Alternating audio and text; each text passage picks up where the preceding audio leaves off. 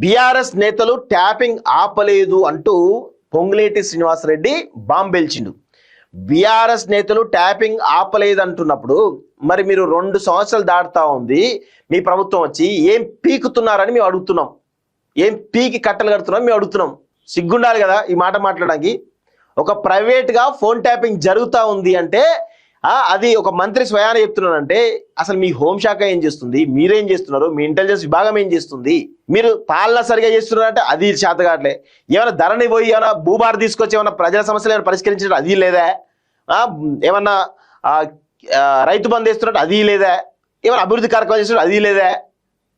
ఎందుకు మీరు పాలకులుగా ఉండి కొంచెం కూడా సిగ్గు అనిపిస్తలేదా మీకు? మేము మంత్రులమైన మేము ప్రభుత్వాన్ని ఏర్పాటు చేసినాం, ప్రజల కోసం ఖచ్చితంగా కేసీఆర్ కంటే బెటర్ పరిపాలన ఇద్దాం అనేటువంటి సోయి కొంచెమైనా ఉందా మీకేమైనా?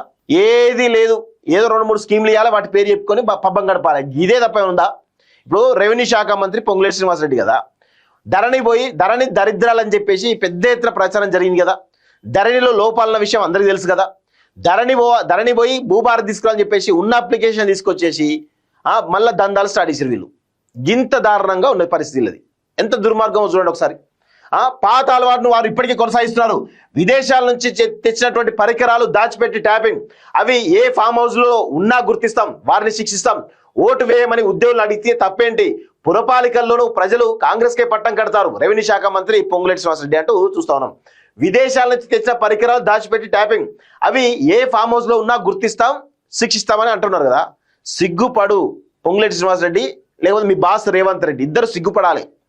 ఎందుకంటే 2 సంవత్సరాలు దాటినప్పుడు కూడా ఆ పరికరాలు ఎక్కడో కనిపెట్టలేనటువంటి చావ కానీ చాత కానీ దద్దమ్మలాగా వ్యవహరిస్తున్నారు కదా మీరందరూ. మిమ్మల్ని ఏమనాలి? గింత దారుణమా? సిగ్గుపడు కొంచెమైనా పొంగులేటి. ఇంకా సిగ్గు లేకుండా చెప్తున్నావా? సిగ్గు లేకుండా చెప్తున్నారా? విదేశాలు తెచ్చినటువంటి పరికరాలు ఇంకా ఉన్నాయి, ఇంకా ఫోన్ ట్యాపింగ్ బీఆర్ఎస్ వాళ్ళు చేస్తున్నారు ప్రైవేట్గా అని చెప్పేసి ప్రజలు నవ్వుకుంటున్నారా ఇట్లా చెప్తే? రాష్ట్రంలో బీఆర్ఎస్ నేతలు ఇంకా ఫోన్ ట్యాపింగ్ పాల్పడుతూనే ఉన్నారని రాష్ట్ర రెవెన్యూ శాఖ మంత్రి పొంగులేటి శ్రీనివాసరెడ్డి ఆరోపించారు.